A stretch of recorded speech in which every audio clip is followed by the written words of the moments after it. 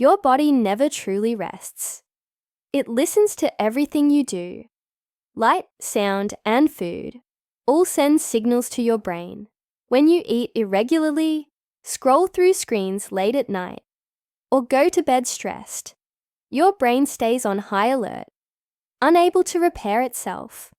But when you follow a calm rhythm, eat regularly, move gently, breathe deeply, you send your body one clear message. It's safe to rest now. Let's talk about movement. It's not about workouts or effort. It's about gentle, mindful motion. Just 5 minutes are enough. Start with slow neck rolls, then circle your shoulders, bend forward gently, and finally sit still. Breathing deeply.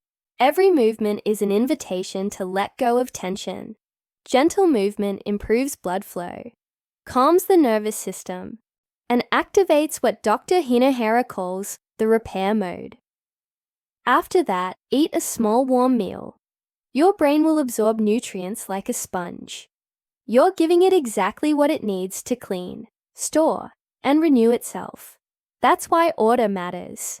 Movement first, food second. Movement sets the stage. Food is the gift. Together, they tell your body, the day is over, start the healing. And what about those who say that eating late causes heartburn or restlessness?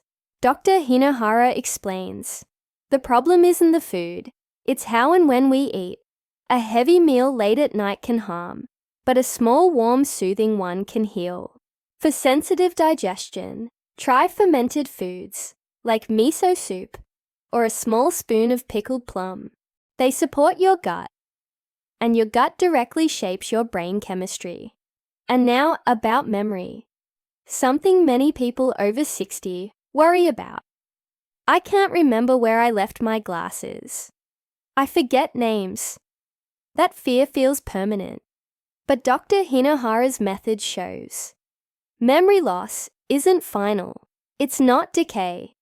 It's a state that can be nourished and revived.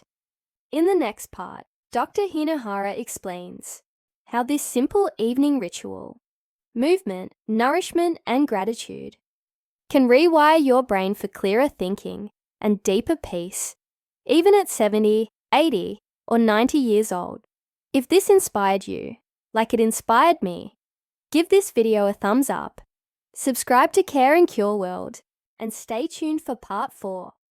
Because what's coming next might change the way you see aging forever.